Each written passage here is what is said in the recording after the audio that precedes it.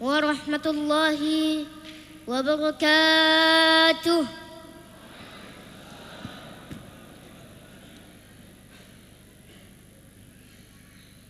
A'udzu billahi minasy syaithanir rajim. Bismillahirrahmanirrahim. Alif lam mim. Allahu la ilaha illa huwal hayyul qayyum. Nazzala 'alaikal kitaba bil haqqi musaddiqan lima bayna yadayhi wa anzala at-taurata wal injil min qablu hudan lin-nasi wa anzala al-furqan. Innal ladzina kafaru bi ayati llahi lahum 'adzabun syadid wallahu 'azizun dzu intiqam. Innallaha la yakhfa 'alaihi syai'un fil ardi wala fis samaa. Huwa alladhi yusawwirukum fil arhami kaifa yasha'.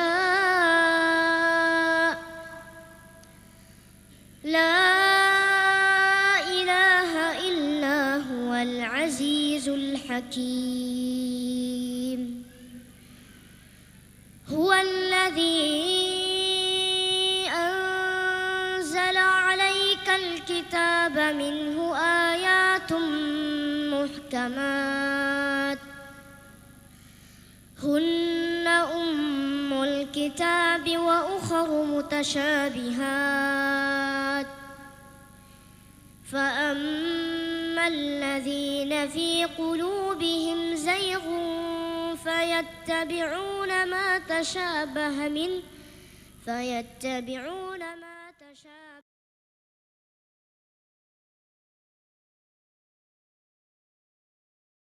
ke kota Madinah. Ia mendapati orang menyelewengkan ajaran Nabi Musa. Maka Rasulullah Shallallahu Alaihi Wasallam juga memerintahkan umatnya untuk berpuasa. Jamaah sekalian, a'azzakumullah. Pada pertemuan sebelumnya kita sudah membahas bagaimana Rasulullah Shallallahu Alaihi Wasallam awal menerima wahyu. Rasulullah Shallallahu Alaihi Wasallam dengan kondisi sosial masyarakatnya yang sangat rusak, riba, perzinahan, ya, kemudian maksiat-maksiat yang lainnya, budaya khamr begitu tersebar di tengah-tengah suku Quraisy, maka Rasulullah Shallallahu Alaihi Wasallam mulai lebih senang untuk menyendiri. Beliau menyendiri di Jabal Nur, ya, di lubang di goa yang bernama Gua Hira. Disitulah Rasulullah Shallallahu Alaihi Wasallam menyendiri, nanti kemudian kembali ke rumahnya kalau bekalnya habis. Dan saat itu kemudian Jibril datang dengan wahyu yang kali pertama, yaitu surah Al-Alaq ayat 1 sampai 5, Iqra dan seterusnya. Rasulullah Shallallahu Alaihi Wasallam kembali ke rumah istrinya, ke rumah Khadijah radhiyallahu taala anha. Rasulullah Shallallahu Alaihi Wasallam dalam keadaan ketakutan karena itu kali pertama ketemu dengan malaikat Jibril dan kali pertama mendapatkan wahyu. Saking beratnya wahyu itu untuk diterima, ya, Rasulullah Shallallahu Alaihi Wasallam sampai menggigil ketakutan dan kemudian dikuatkan oleh istrinya Khadijah. Dan Khadijah radhiyallahu taala anha membawa Rasulullah Shallallahu Alaihi Wasallam menghadap ke seorang pendeta Nasrani, ya, yang masih menjaga Alkitab, ya, seorang ahlu kitab yang bernama Waraqah bin Naufal, sepupu Khadijah, ya, pendeta tua yang sudah tidak melihat. Ya, diceritakanlah oleh Rasulullah Shallallahu Alaihi Wasallam tentang peristiwa yang ia lalui di Jabal Nur di Gua Hira itu. Maka disitulah Waraqah bin Naufal mengatakan yang mendatangimu itu adalah namus yang sama pernah mendatangi Musa, yaitu Jibril. Ya, kemudian Waraqah bin Naufal mengatakan seandainya saya masih kuat, maka saya akan ikut mendukungmu. Sekiranya umur saya masih panjang, maka saya ikut mendukungmu tatkala kaummu mengeluarkanmu dari kampungmu. Saat itu Rasulullah kaget dan mengatakan, apakah mereka akan mengeluarkanku dari kampungku? Maka kata Waraqah bin Naufal, tidaklah orang yang datang dengan engkau, tidaklah orang yang datang dengan yang sepertimu itu kecuali ia akan dikeluarkan dari kampungnya. Ia akan mendapatkan intimidasi. Dan tidak lama setelah itu Waraqah bin Naufal wafat, meninggal. Saat itu jamaah sekalian, ada masa fatrah itu wahyu itu tidak turun. Setelah turunnya ayat yang pertama, wahyu itu terputus. Ada masa jeda, sebagian mengatakan selama 3 tahun, sebagian mengatakan 2 tahun setengah. Tapi Syekh Shafiyur Rahman Al-Mubarakfuri ini lebih memilih pendapat yang mengatakan hanya beberapa hari saja. Akan tetapi itu membuat Rasulullah SAW gelisah. Sudah turun wahyu tapi ternyata sempat terpotong. Sempat ada jeda, tidak turun lagi. Rasulullah SAW kemudian kembali ke Gua Hira. Kembali beruzlah ke Gua Hira dan tinggal di sana selama sebulan. Tapi Jibril tak kunjung datang lagi. Sampai akhirnya Rasulullah SAW memutuskan untuk meninggalkan Gua Hira dan kembali ke rumahnya. Dan saat akan turun dari Jabal Nur itu, fanuditu, tiba-tiba ada yang memanggil, menyeru Rasulullah SAW. Fanadhartu an yamini falam ara syai'an. Saya melihat ke arah kananku, kata Rasulullah SAW, saya tidak melihat siapa-siapa. Wa nadhartu an shimali falam ara syai'an, dan saya juga melihat ke arah kiriku dan tidak melihat siapa-siapa juga, kata Rasulullah. Sementara tadi ada yang memanggilnya. Wa nadhartu amami falam ara syai'an, saya juga melihat jauh ke depan juga tidak ada orang, tidak ada apa-apa. Wa nadhartu khalfi falam ara syai'an, saya juga membalikkan badan melihat ke belakang juga tidak ada orang. Ada yang memanggil Rasulullah dan Rasulullah melihatnya ke kanan tidak ada orang, ke kiri juga tidak ada, ke depan tidak ada juga. Rasulullah ke arah belakang juga tidak melihat apa-apa. Farafa'tu ra'si fara'aitu syai'an. Maka Rasulullah mengangkat penglihatannya ke atas, mengangkat kepalanya ke atas dan melihat ternyata di atas itulah ada makhluk. Fa'idal malak alladhi ja'ani bihira jalisun ala kursi bainas sama'i wal ard.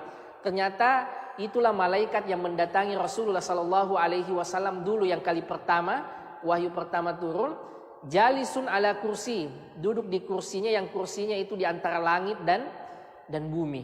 Ini menunjukkan betapa besarnya itu malaikat Jibril kalau datang dengan wujudnya yang asli. Saat itu Rasulullah SAW itu kembali ketakutan. Masih dalam keadaan ketakutan. Faju'ithtu minhu ra'ban hatta hawaitu ilal ard. Sampai akhirnya Rasulullah terjatuh ke tanah pingsan saking ketakutannya. Saking ketakutannya. Kemudian Rasulullah SAW kembali, fa'ataitu Khadijah fakultu. Saya kembali ke Khadijah dan mengatakan zammiluni. Kembali Rasulullah mengatakan selimuti aku. Dathiruni, selimuti aku. Dan kemudian Rasulullah SAW diusapkan di tubuh beliau air, untuk menenangkan beliau. Dan saat itulah kemudian turun wahyu, ya ayyuhal muddathir, wahai orang yang berselimut, kum fa'anzir, bangun dan berikanlah peringatan. Wa rabbaka fakabbir, dan kepada Tuhanmu besarkanlah ia. Wa thiyabaka fatahhir, dan pakaianmu bersihkanlah. Wa rujza fahjur, dan tinggalkanlah apa-apa yang Allah Subhanahu wa taala murkai. Dengan turunnya ayat ini, jamaah sekalian, a'azzakumullah, kata ulama kita, nubya Muhammad bil Iqra. Nabi Muhammad itu diangkat sebagai nabi dengan turunnya Iqra, dan diangkat menjadi rasul dengan Al-Muddathir ini. Ya, karena sudah diperintahkan untuk menyampaikan ajarannya, yaitu kum fa'anzir. Iya. Jadi Rasulullah itu diangkat menjadi nabi dengan surah Al-Alaq, ya, 1-5 wahyu yang pertama turun. Ya, makanya saat itu Rasulullah belum berdakwah, belum menyampaikan ajarannya, hanya untuk pribadinya saja. Ya, makanya kita pernah jelaskan bagaimana perselisihan ulama tentang Waraqah bin Naufal. Apakah Waraqah bin Naufal itu sahabat atau bukan? Di antara alasan mengatakan bukan sahabat karena Rasulullah belum menyampaikan ajaran apa-apa. Ya, dan Rasulullah Shallallahu Alaihi Wasallam diangkat sebagai Rasul dengan Al-Muddathir ini, ya, dengan perintah Allah Subhanahu Wa Taala kum fa'antir, bangkit dan berikanlah peringatan kepada kaummu. Ya. Jamaah sekalian, a'azzakumullah, saat itu Rasulullah Shallallahu Alaihi Wasallam kembali kemudian mendapatkan wahyu, dan disebutkan oleh ulama kita bentuk-bentuk wahyu yang turun kepada Rasulullah Sallallahu Alaihi Wasallam itu ada 7. Ya, bagaimana wahyu itu turun? Yang pertama, ihdaha ar-ru'ya as-shadiqah, mimpi yang benar. Ya, ini juga bentuk wahyu kepada Nabi Sallallahu Alaihi Wasallam. Ya, kadangkala wahyu itu turun dalam bentuk mimpi Rasulullah Sallallahu Alaihi Wasallam yang benar. Yang kedua, maka yalqihil malak fi qalbihi min ghairi an yarahu, yaitu malaikat langsung memasukkan wahyu itu ke dalam hatinya tanpa Rasulullah melihat malaikat tersebut. Ini juga bentuk wahyu. Ya, kalau wahyu itu turun. Yang ketiga, bentuk yang lainnya adalah ya, malaikat kadangkala datang menyerupai rajulan fayukhatibuhu hatta ya'ya anhu ma yaqulu lahu. Ya, malaikat datang menyerupai sahabat Rasulullah Sallallahu Alaihi Wasallam atau laki-laki yang lain, yang malaikat ini yang dalam wujud manusia itu berbicara kepada Rasulullah Sallallahu Alaihi Wasallam menyampaikan wahyu. Ya. Ada sahabat Rasulullah Sallallahu Alaihi Wasallam yang gagah namanya Dihya ibnu Khalifah Al-Kalbi. Ini malaikat Jibril paling sering menyerupainya. Datang menemui Rasulullah Sallallahu Alaihi Wasallam. Dalam hadis Jibril juga disebutkan bagaimana Jibril datang dengan wujud manusia dengan pakaian yang bersih, ya, dengan rambut yang rapi hitam. Ya. Terlihat orang ini asing, tidak ada yang mengenalnya, tapi orang dikatakan orang bersafar juga tidak terlihat. Kalau orang ini dari perjalanan yang jauh, ternyata itu adalah malaikat Jibril. Ya. Ini juga cara wahyu turun, yaitu malaikat Jibril datang dengan wujud manusia. Ya, kalau wujud seperti ini, wa fi hadhihi al-martabah kana yarahu as-sahaba ahyanan. Kalau dalam wujud seperti ini, maka sahabat pun juga bisa melihat malaikat Jibril. Ya, karena tidak datang dengan wujudnya yang asli. Arabia innahu kana yatihi fi mathali salsalatil jaras. Ya, datang dalam bentuk gemerincing lonceng. Ya, ini juga model wahyu yang turun kepada Rasulullah Sallallahu Alaihi Wasallam. Ada suara seperti suara lonceng yang hanya Rasulullah Sallallahu Alaihi Wasallam yang bisa memahaminya. Yang kelima, ya, innahu yarul malak fi suratihi allati khulika alaiha. Ini yang paling berat bagi Rasulullah. Tatkala ia ketemu dengan malaikat dalam wujudnya yang asli. Ya, seperti 2 wahyu pertama yang turun ini. Sampai Rasulullah menggigil. Sampai Rasulullah ketakutan karena ia ketemu dan melihat malaikat dalam wujudnya yang asli sebagaimana ia diciptakan. Ini model yang kelima. Yang keenam adalah Allah Subhanahu wa taala mengangkat Rasulullah Sallallahu Alaihi Wasallam naik ke atas langit dan langsung menyampaikan wahyu sebagaimana pada peristiwa Mi'raj Nabi Sallallahu Alaihi Wasallam. Ya, Rasulullah mendapatkan perintah sholat langsung dari Allah Subhanahu wa taala tanpa perantara dan diangkat ke langit. Kemudian yang terakhir model turunnya wahyu yang ketujuh, yaitu Allah Subhanahu wa taala langsung memberikan wahyu itu kepada Rasulullah Sallallahu Alaihi Wasallam bila wasithah, tanpa perantara malaikat, tetapi tidak diangkat ke langit. Ya, Rasulullah tetap di bumi dan Allah langsung memberikan wahyu ya, tanpa perantara malaikat. Inilah kata ulama kita model-model turunnya wahyu kepada Rasulullah sallallahu alaihi wasallam. Saat itu jamaah sekalian, mulai Rasulullah sallallahu alaihi wasallam menyampaikan dakwah ini secara sembunyi-sembunyi. Iya, mulai ia mendakwahi orang-orang terdekatnya. Yang pertama kali memeluk Islam tentu saja adalah istri beliau. Siapa? Khadijah radhiyallahu taala anha. Kemudian disusul oleh mantan budak Rasulullah yang tinggal bersama dengan Rasulullah sallallahu alaihi wasallam yang sudah seperti anaknya, yaitu siapa? Zaid bin Harithah. Yang ketiga adalah sepupu Rasulullah yang ditanggung hidupnya oleh Rasulullah, yaitu Ali bin Abi Thalib.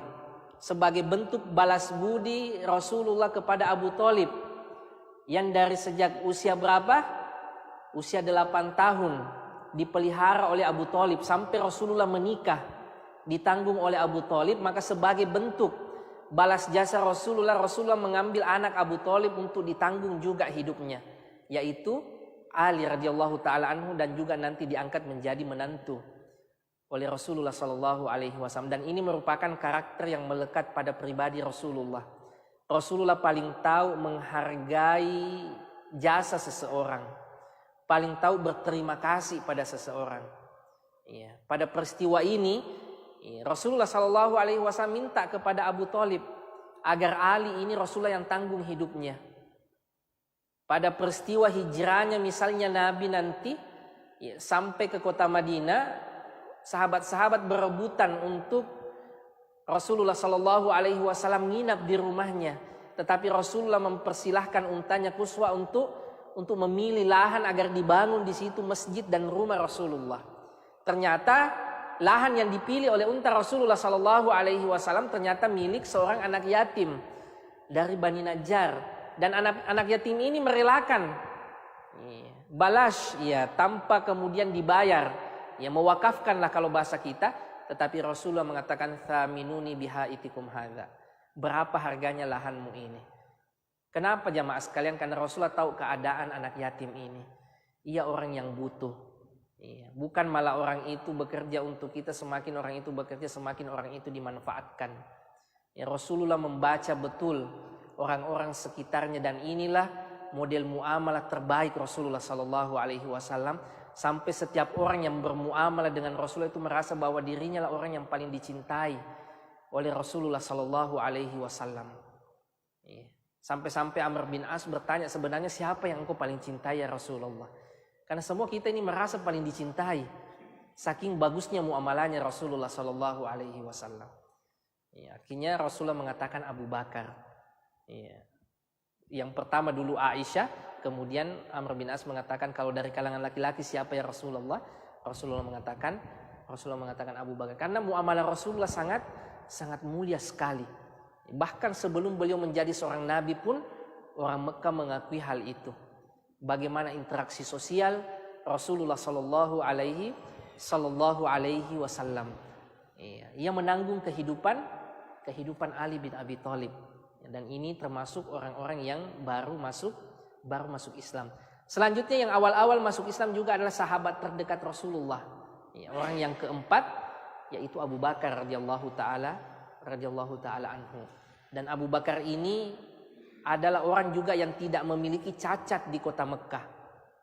Seperti Rasulullah sallallahu alaihi wasallam yang memang dijaga oleh Allah dari sejak lahir. Abu Bakar ini juga pribadinya terjaga. Maksudnya tidak memiliki cacat di kota Makkah. Ia tidak pernah meminum khamr, tidak pernah menyembah berhala. Bahkan orang yang sangat warok sekali. Ia tidak ingin ada masuk ke dalam perutnya sesuatu yang tidak benar, sesuatu yang tidak jelas. Pernah ada mantan budaknya Abu Bakar itu bawa makanan yang kebetulan saat itu Abu Bakar lagi laparnya, sehingga tidak sempat bertanya ini makanan dari mana sumbernya. Karena beliau lapar, dikasih, beliau makan. Ya, setelah selesai makan baru cerita-cerita dengan mantan budaknya, ini makanan dari mana? Mantan budaknya mengatakan, dulu saya pernah pura-pura menjadi dukun. Ya. Saya obati orang, ternyata sembuh betul. Dia kasih saya sampai sekarang selalu dikasih seperti ini. dari jasa perdukunan itu, padahal saya pura-pura memuntahkan makanan itu. Ya, memaksa makanan itu untuk keluar. Dalam riwayat yang lain disebutkan ia pakai jarinya, ternyata tidak bisa ia keluarkan. Ada orang mengatakan yang seperti itu nanti keluar kalau minum air banyak sampai kemudian muntah. Ya, Abu Bakar minum air banyak baru kemudian bisa dimuntahkan. Orang-orang bertanya, kenapa sampai harus kesusahan seperti itu ya Abu Bakar, gara-gara satu satu suap saja sampai engkau memaksa dirimu memuntahkan seperti itu. Kata Abu Bakar, ya, sekiranya makanan ini tidak keluar kecuali keluar bersama dengan jiwaku, maka saya akan lakukan. Ya, saking tidak inginnya makanan-makanan yang haram masuk ke dalam perutnya jamaah sekalian. Ini termasuk generasi yang awal menerima dakwah Rasulullah Sallallahu Alaihi Wasallam. Dan Abu Bakar ini juga bukan orang yang pasif. Masuk Islam, lalu kemudian diam dengan keislamannya, tetapi ternyata ia juga berdakwah. Dan orang-orang hasil dakwah Abu Bakar ini ternyata adalah sahabat-sahabat senior. Sahabat-sahabat pendamping Rasulullah yang akan mendampingi perjuangan dakwah Rasulullah, sekaligus orang-orang yang diberikan kabar gembira sebagai penghuni surga. Orang-orang yang dijamin surga oleh Rasulullah Sallallahu Alaihi Wasallam.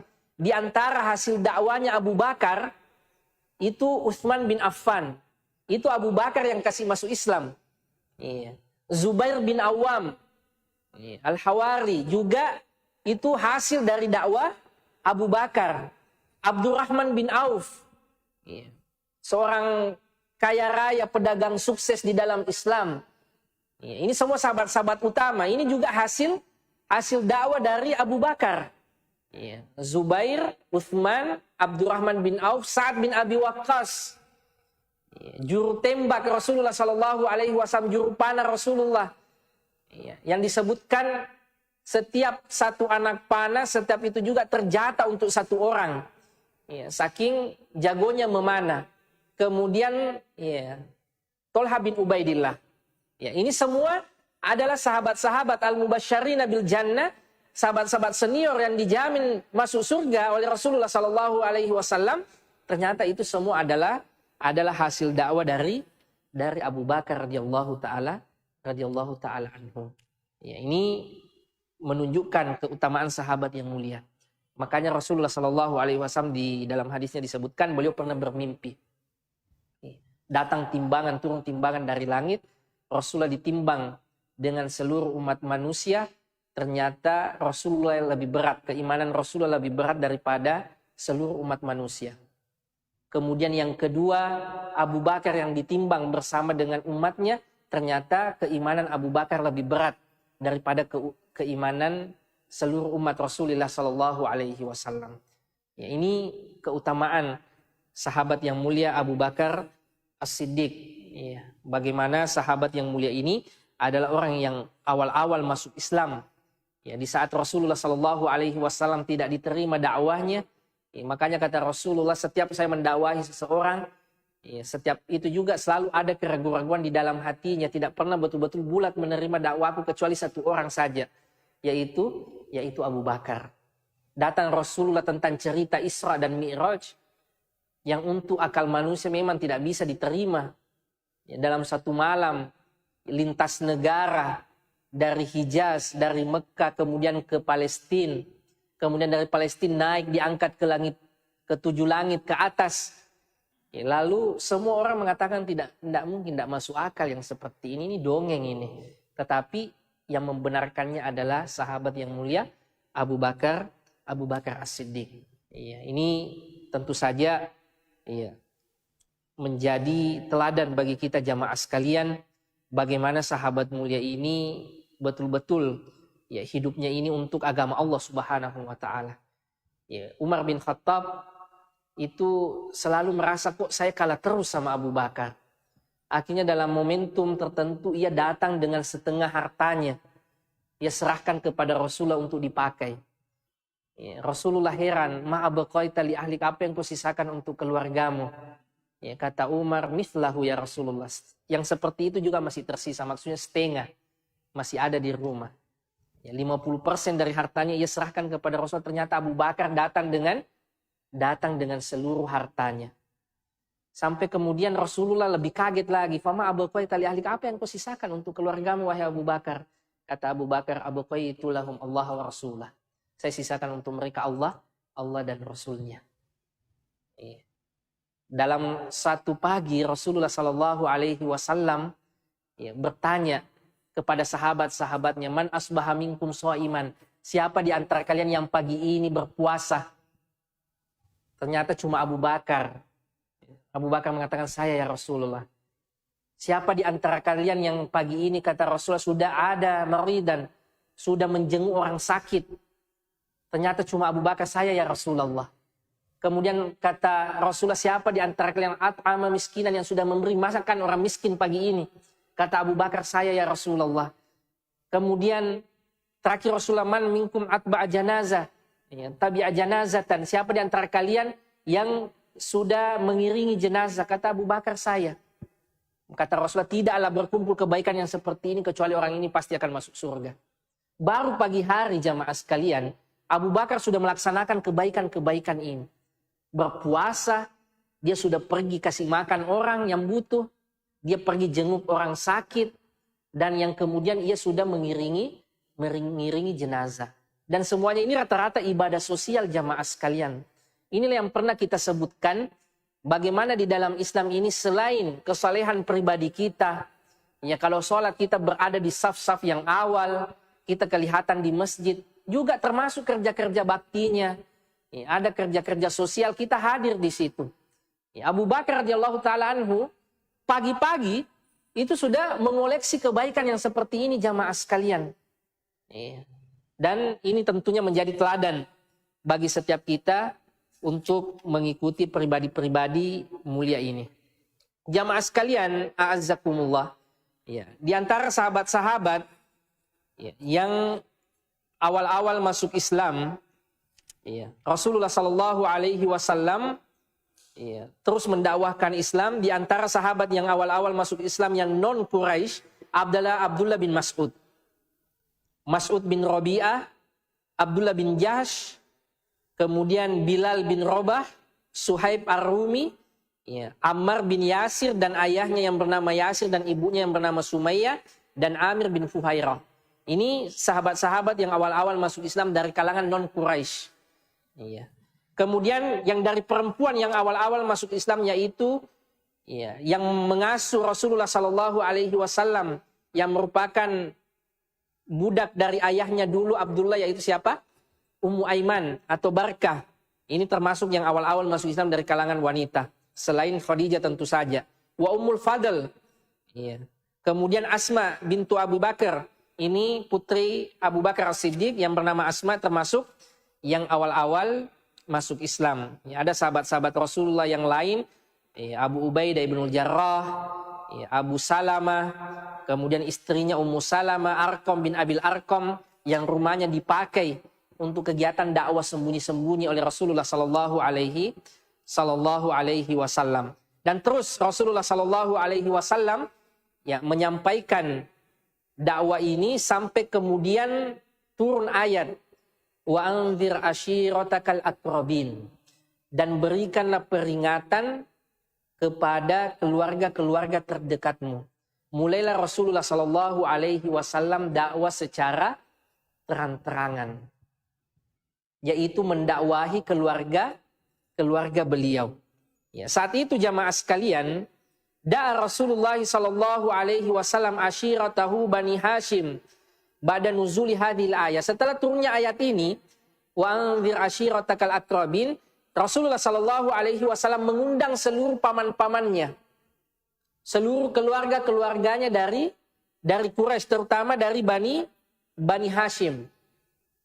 Semuanya datang memenuhi panggilan Rasulullah Sallallahu Alaihi Wasallam yang saat itu berjumlah 45 orang. Ya, karena Rasulullah yang mengundang, Muhammad yang mengundang, ya, akhirnya paman-paman Rasulullah ada yang berkumpul, sepupunya, pamannya 45 orang. Setelah turunnya ayat yang tadi, tapi belum juga Rasulullah mulai berdakwah, belum Rasulullah mulai berbicara, ternyata yang berbicara duluan, mengambil alih duluan majelis, badarahu Abu Lahab. Abu Lahab yang bicara duluan. Ya, Abu Lahab ini kan paman Rasulullah, kita sudah pernah jelaskan, ia merupakan saudara dari Abdullah. Waqal, Abu Lahab mengatakan, haulai amumatuka wa banu ammika fatakallam. Mereka ini adalah paman-pamanmu dan sepupu-sepupumu, kata Abu Lahab, maka bicaralah wahai Muhammad. Ya. Fatakallam wada'is sobah wa'lam annahu laysa liqaumika bil arad qatiba taqah. Ya. Tapi kata siapa? Kata Abu Lahab, tapi tidak usah aneh-aneh. Abu Lahab ini sudah mulai melihat bahwa Muhammad ini sudah mulai sedikit demi sedikit meninggalkan agama nenek moyangnya. Maka kata Abu Lahab, tidak usah yang aneh-aneh. Ikut saja ajaran nenek moyang kita. Wa ana ahaqqu min akhdika, dan sayalah orang yang paling berhak atasmu karena saya pamanmu, kata Abu Lahab. Fahasbuka banu abika, cukuplah kita ini keluargamu ini. Ya, maksudnya ajaranmu itu jangan jauh-jauh dari ajaran keluargamu ini. Wa in aqamta ala ma anta alaihi fahuwa aisar alaihim min an yasubba bika butuna Quraisy. Ya. Ini gertakan dari Abu Lahab. Intinya bagaimana Rasulullah Shallallahu Alaihi Wasallam ini tetap dengan agama nenek moyangnya dan jangan aneh-aneh. Ya. Jangan datang dengan ajaran yang baru. Ya, saat itu Rasulullah Shallallahu Alaihi Wasallam akhirnya tidak bicara, jamaah sekalian. Padahal yang mengundang adalah Rasulullah Shallallahu Alaihi Wasallam. Ya. Kemudian di kali yang kedua, summa da'ahum tsaniya, Rasulullah kembali mengundangnya untuk kali yang kedua, langsung Rasulullah bicara. Alhamdulillah, ahmaduhu wa asta'inuhu. Ya, segala puji bagi Allah yang saya memujinya dan saya meminta tolong kepadanya. Wa umin bihi, dan saya beriman kepadanya. Wa atawakkalu alaihi, dan saya bertawakal kepadanya. Wa ashhadu an la ilaha illallah wahdahu la syarikalah, dan saya bersaksi bahwa tidak ada Tuhan yang berhak diibadahi kecuali Allah, wahdahu, yang esa la syarikalah, yang tidak ada serikat baginya. Tsumma qala, kemudian Rasulullah Shallallahu Alaihi Wasallam melanjutkan, inna ra'ida la yakdzibu ahlahu, sesungguhnya seorang pemimpin itu tidak akan mendustai keluarganya. Karena Rasulullah berbicara di depan keluarga-keluarganya. Wallahi alladzi la ilaha illahu, demi Allah yang tidak ada zat yang berhak diibadahi kecuali dirinya, inni rasulullahi ilaikum khassa wa ilan nasi amma. Demi Allah saya ini adalah utusan Allah kepada kalian secara khusus dan kepada manusia secara umum. Wallahi latamutunna kama tanamun, demi Allah kalian semua akan meninggal, kata Rasulullah, sebagaimana kalian tidur. Wala tub'atsunna kama tastaykidun, dan kalian akan dibangkitkan oleh Allah Subhanahu wa taala sebagaimana kalian bangun dari tidur, dan kalian akan dihisab oleh Allah Subhanahu wa taala atas apa-apa yang telah kalian lakukan. Wa innahal janna abada, sesungguhnya surga itu abadi, awin nari abada, ataukah neraka itu yang juga abadi. Mulailah Rasulullah menyampaikan dakwah tauhid ini, bahwa tidak ada Tuhan yang boleh disembah kecuali Allah Subhanahu wa taala. Saat menyampaikan hal ini, jamaah sekalian, paman Rasulullah Sallallahu Alaihi Wasallam Abu Thalib langsung komentar, ma habba ilaina muawanataka, wahai Muhammad, engkau tahu sendiri bahwa engkau lah orang yang saya paling senang untuk bantu, untuk lindungi. Wa qabilna linasihatik, dan kami terima nasihatmu. Wa asyaddu tasdiqan li hadithik, dan sangat membenarkan apa yang engkau sampaikan. Wa haula'i banu abika mujtami'un, keluarga-keluargamu ini berkumpul, wa innama ana ahaduhum, dan saya ini adalah bagian dari mereka, salah seorang dari mereka. Ghaira anni asra'uhum ila ma tuhib, kecuali saya ini adalah orang yang paling bersegera untuk melakukan apa yang engkau suka. Ini kata Abu Thalib. Ya, Abu Thalib ini memang sejak kecil yang melindungi Rasulullah, membesarkan Rasulullah. Makanya tatkala Rasul menyampaikan dakwah, langsung Abu Thalib mengatakan, selama ini saya yang selalu menolongmu, saya yang selama ini bersegera Iya, untuk bersamamu. Tetapi ada masalahnya jamaah sekalian. Abu Thalib mengatakan, tapi satu hal, jangan pernah engkau memisahkan aku dengan agama bapakku Abdul Muttalib. Ia tidak ingin meninggalkan agama bapaknya. Ia mengatakan ia akan membela Rasulullah. Ia akan membela Muhammad seperti dulu dan bersegera untuk senantiasa berada di sisi Rasulullah. Akan tetapi ia tidak ingin meninggalkan agama bapaknya. Kemudian komentar datang dari Abu Lahab. Paman Rasulullah yang lain mengatakan, hadhi wallah as-sawah. Demi Allah ini adalah aib yang besar. Khudhu ala yadaihi qabla an ya'khudha ghairakum. Ambil cepat tangannya. Maksudnya tangkap cepat sebelum orang lain yang tangkap. Ini kata Abu Lahab paman Rasulullah. Faqala Abu Thalib. Langsung Abu Thalib mengatakan, wallahi lanamna'uhu ma baqina, demi Allah kami tidak akan membiarkannya selama kita masih hidup. Ya, kata Abu Thalib. Ya, ini respon keluarga Rasulullah. Ya, dari pamannya saja, dari internal keluarga Rasulullah saja ternyata responnya bervariasi. Ada paman Rasulullah yang nanti beriman seperti Hamzah, ya, Abbas. Ya, ada paman Rasulullah yang tidak beriman tetapi tetap menolong Rasulullah seperti Abu Thalib. Ada paman Rasulullah Sallallahu Alaihi Wasallam bahkan menjadi orang terdepan yang memusuhi dakwah Rasulullah, yang padahal sebelumnya adalah orang yang paling mencintai Rasulullah, yaitu Abu Lahab. Ya, kita mungkin pernah jelaskan Abu Lahab ini termasuk paman yang dulu sangat mencintai Rasulullah, sampai-sampai 2 anak Abu Lahab itu dinikahkan dengan 2 putri Rasulullah. Abu Lahab memiliki 2 anak yang bernama Utbah dan Utaibah. Utbah dinikahkan dengan putri Rasulullah yang bernama Ruqayyah. Utaibah dinikahkan dengan putri Rasulullah yang bernama Ummu Kulthum. Akan tetapi saat Rasulullah diangkat sebagai nabi dan mendakwahkan tauhid, langsung Abu Lahab suruh 2 putranya ini untuk menceraikan putri-putri Rasulullah Sallallahu Alaihi Wasallam.